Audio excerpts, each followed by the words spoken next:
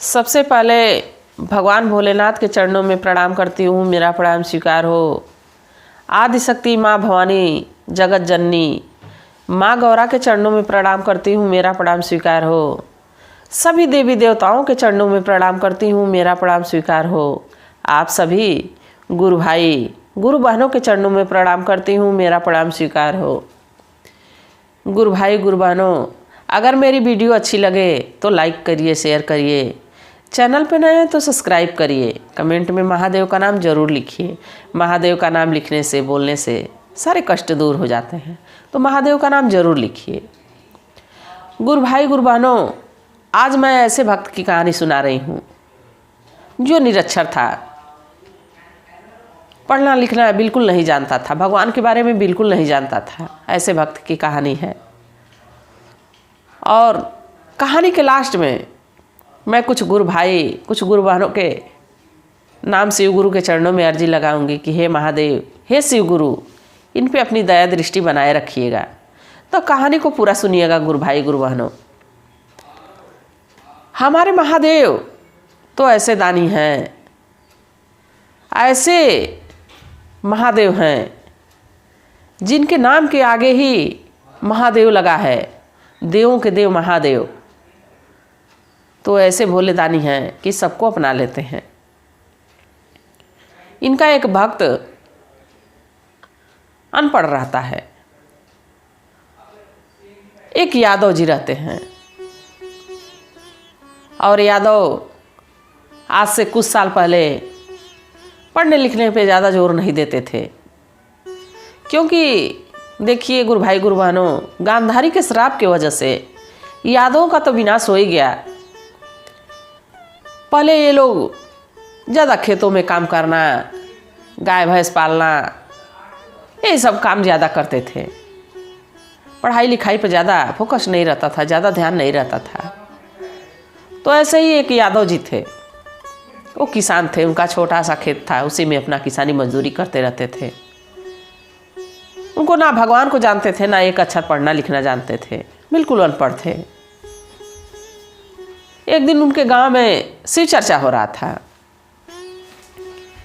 तो अपने खेत से वो काम करके आ रहे थे और उनके कान में बस यही शब्द पड़ा कि भगवान का नाम लेना चाहिए, भगवान का नाम लेने से मोक्ष प्राप्त हो जाता है। इतना ही बस वो सुने थे कि मोक्ष प्राप्त हो जाता है, इस धरती से जाने के बाद हमको स्वर्ग की प्राप्ति होती है, भगवान के चरणों में जगह मिलती है। इतना बात सुने थे बस।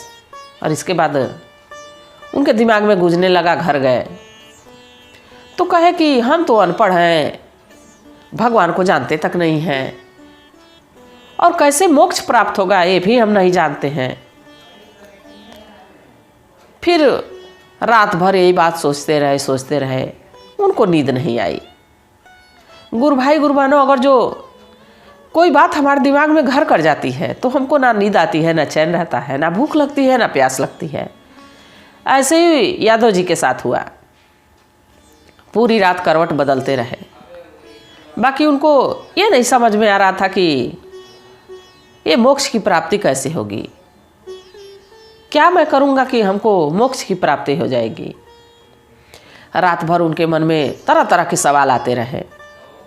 सुबह उठे, फिर खेत जाने के लिए अपना नहाए धोए, खाए पिए और खेत जाने के लिए चल दिए। उनके ध्यान में तो बस वही बात चल रही थी, मोक्ष प्राप्ति की। तो खेत न जाके एक महात्मा के पास चले गए और महात्मा जी से कहे कि ये हमको बताइए कि भगवान का क्या नाम है और मैं किस नाम से भगवान को पुकारूं कि हमको मोक्ष प्राप्ति हो जाए, क्या नाम जपूं कि मोक्ष की प्राप्ति हो जाए। तो वो महात्मा जी कहे कि आप आग मोचन का जाप करिए, अंग मोचन का जाप करिए। अंग मने आग मने पाप और मोचन मने हरने वाला। अंग मोचन का आप जाप करिए। तो यादव जी कहे कि ठीक है। अपना वहाँ से जाने लगे। महात्मा कहे कि अगर जो इस जाप का आप रोज़ जाप करते रहेंगे तो आपका जीवन जो है धन्य हो जाएगा, आप भगवान को प्राप्त कर लेंगे और आपकी मोक्ष की प्राप्ति होगी। किसान बड़ा खुश अंग मोचन जपते जपते खेत में चला गया।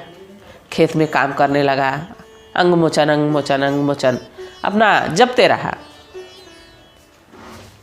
दिन भर जपा, शाम हो गई, फिर खेत से काम वाम करके अपना घर आया, खाया पिया सोया और अंग मोचन जपते जपते सो गया। जब सो गया, सुबह जब नींद खुली तो उसको तो वो शब्द भूल गया था अंग मोचन का। अब बार बार दिमाग पे जोर दे, उसको याद ही नहीं आ रहा था कि महात्मा जी क्या कहे थे, कुछ समझ में नहीं आ रहा था। उसको तब तक ध्यान आया कि वो घमोचन कह रहे थे। अब वहीं से वो घमोचन नमा करते हुए अपने खेत पे गया, खेत पे काम किया, फिर शाम हुई, घर आया, जपते हुए आया, फिर शाम को खाना खाया पिया, फिर सोया, फिर अपना घमोचन जपते जपते फिर सो गया। अब ऐसे कुछ समय चलता रहा और रोज बड़े मगन में काम भी करता तो भगवान को वो याद करते रहता, घमोचन नमः। अब उसको इतना ही पता था, क्योंकि पढ़ा लिखा तो था नहीं कि वो लिख ले कि हमको याद हो जाए, और ज़्यादा उसकी मेमोरी सही नहीं थी, इसलिए उसको भूल भी गया। बाकी वो घमोचन को ही भगवान का नाम समझ के और जपता रहा। अब कुछ दिन बीतते बीतते यह बात जप रहा था, जब वो घमोचन करके, तो यह बात महादेव तक पहुंची। महादेव को सुनाई दिया। महादेव मुस्कुराने लगे। उनके बगल में बैठी थी माँ पार्वती। माँ पार्वती कहीं कि अरे महादेव, अनायासे आप क्यों इतना मुस्कुरा रहे हैं? तो महादेव कहे कि आज तो मेरा नया नाम पड़ गया।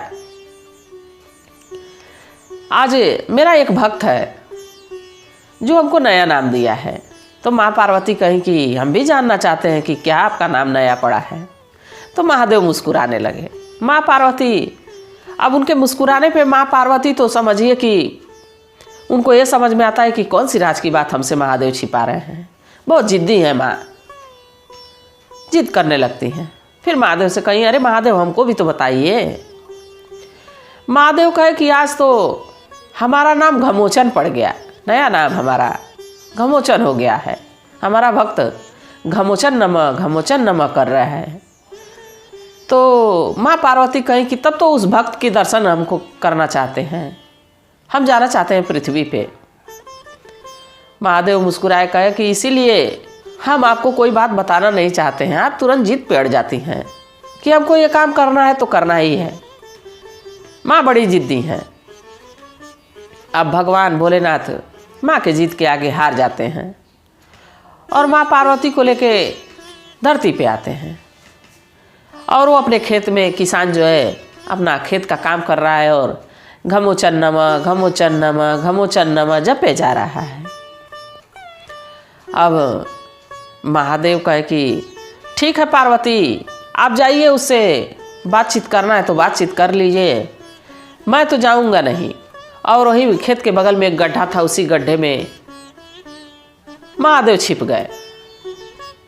और माँ पार्वती एक बूढ़ी का रूप बनाई और एक किसान के पास गई। तो किसान से कही कि ये बताइए यादव जी कि आप ये क्या जप रहे हैं, घमोचन नमः। तो यादव कुछ नहीं बोलता है। फिर माँ पार्वती यही बात दोहराती हैं कि अरे यादव जी क्यों नहीं बता रहे हैं कि आप क्या जप रहे हैं। फिर भी वो ना बोले। इसलिए वो नहीं बोल रहा था, इसलिए नहीं जवाब दे रहा था कि जरूर ये कोई हमको भगवान के रास्ते पर से इधर उधर करने आया है। ये जरूर हमारे गांव में का कोई ऐसा है कि जो चाहता है कि मैं मोक्ष की प्राप्ति न करूं। वो कुछ बोल ही नहीं रहा था। फिर बार बार माँ पार्वती उससे सवाल किए जा रही हैं। किसान को आ गया गुस्सा। यादव लठ की भाषा समझते हैं, हर बात पे उन लोग की लाठी निकल जाती है। तो तुरंत वो जो यादव जी हैं उनको गुस्सा आ जाता है और जोर से एक डंडा लेके खड़े हो जाते हैं। कहते हैं तुम्हारे पति का नाम ले रहा हूँ। अब माँ पार्वती बड़ा अचंभे में कह रही है कि तो लग रहा है कि जान गया कि हम माँ पार्वती हैं। ये तो लग रहा है कि जान गया, कह रहा है कि हमारे पति का नाम ले रहा है। सही बात है। महादेव कहे कि हमारा नाम नया पड़ गया घमोचन। तो माँ पार्वती कही कि हमारे पति का नाम ले रहे हो, तो हमारे पति हैं कहाँ? तो यादव जी गुस्से में कहते हैं कि और उसी गड्ढे में छिपा होगा कहीं, जाओ खोजो। और फिर अपना घमोचन नमः करने लगा। अब माँ पार्वती कहीं कि अरे बाप रे बाप, ये तो बहुत बड़ा जादूगर लग रहा है, हमको पहचान गया है। भगवान भोलेनाथ को जान रहा है कि गड्ढे में छिपे हैं, और अपना वो भगवान का नाम जपने लगा। जब माँ बाप पार्वती ये सुनी तो महादेव को बुलाई और दोनों लोग अपने रूप में साक्षात उसको दर्शन दे दिए। जैसे भगवान को देखा, उसके आंखों से लोर गिरने लगी, आंसू बहने लगा और भगवान के पैरों में लिपट गया, माँ के पैरों में लिपट गया कि हे प्रभु, हम नहीं जानते थे, हम तो अनपढ़ गंवार, ना पूजा पाठ करने का ढंग जानते हैं, ना आपको बुलाने का ढंग जानते हैं, ना भोग प्रसाद लगाने का ढंग जानते हैं, ना आपको मनाने का ढंग जानते हैं, और आप तो हमें इतना प्रसन्न हुए कि हमारे पास आ गए। तो महादेव कहे कि ये बताओ कि तुमको क्या चाहिए। माँ पार्वती कहीं कि तुमको क्या चाहिए भक्त, हम लोग तुमसे बहुत प्रसन्न हैं। तो किसान कहा कि ये प्रभु, हमको कुछ नहीं चाहिए, बस आपको मैं पा गया, आपका दर्शन हो गया, मुझे अपनी भक्ति का वरदान दीजिए। तो महादेव तथास्तु कहे और माँ पार्वती और महादेव कैलाश चले गए, अंतर्ध्यान हो गए। और वो जो किसान था भगवान की भक्ति में ऐसा डूबा कि आगे चल के एक बहुत बड़ा कथावाचक सिद्ध महात्मा बना।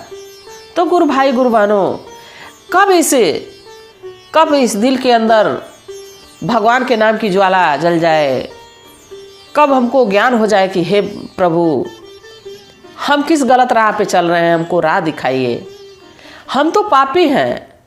देखिए, हमारे शिव गुरु का एक भजन है जिसमें कहते हैं कि मैं पापी अतिशय हूँ गुरुवर। तो देखिए, हम लोग अपने से अपना पाप स्वीकार करते हैं कि हम पापी, अति पाप करते हैं, हम बहुत पापी हैं, बहुत बड़े पापी हैं। तो महादेव तो ऐसे दयावान हैं, ऐसे देवता हैं, देने वाले हैं कि जब चाहे तब जिसको जो चाहिए वो देते हैं। बस सच्चे हृदय से, सच्चे मन से भगवान को बुलाने की ज़रूरत है। और जैसा कि गुरु भाई गुरु बहनों, मैं कही थी कि कुछ गुरु भाई कुछ गुरु बहन के नाम शिव गुरु के चरणों में अर्जी लगाऊंगी। संजू गुरु बहना, बहुत बहुत धन्यवाद। हर हर महादेव लिखी, इसके लिए बहुत बहुत धन्यवाद। मैं भी शिव गुरु से प्रार्थना करती हूँ कि हे शिव गुरु, इनके परिवार पे, इन पे अपनी दया दृष्टि बनाए रखिएगा, हमेशा दया बरसाते रहिएगा। और रिंकू चौहान, रिंकू जी, हर हर महादेव। भगवान भोलेनाथ करें कि आप सदा खुश रहें, जहाँ भी रहें वहाँ आपका परिवार खुश रहे, आप खुश रहें। और अभिषेक गुरु भैया, बहुत बहुत धन्यवाद महादेव का नाम लिखने के लिए, बोलने के लिए। आप जो कमेंट किए इसके लिए कोटि कोटि धन्यवाद। और मैं भी शिव गुरु से प्रार्थना करती हूँ कि हे शिव गुरु, इन पे अपनी दया दृष्टि बनाए रखिएगा, हमेशा अपना आशीर्वाद इन पे बनाए रखिएगा, इनके पूरे परिवार को हमेशा स्वस्थ खुश रखिएगा। और मनोरंजन गुरु भैया, बहुत बहुत धन्यवाद। महादेव का नाम लिखे, हमारी कहानी को सुने, महादेव की महिमा को सुने, इसके लिए बहुत बहुत धन्यवाद। महादेव करें कि आप ऐसे कहानी सुनते रहें और दूसरों को बताते रहें। इसी के साथ कहानी कैसी थी गुरु भाई गुरु बहनों, जरूर बताइएगा। हर हर महादेव।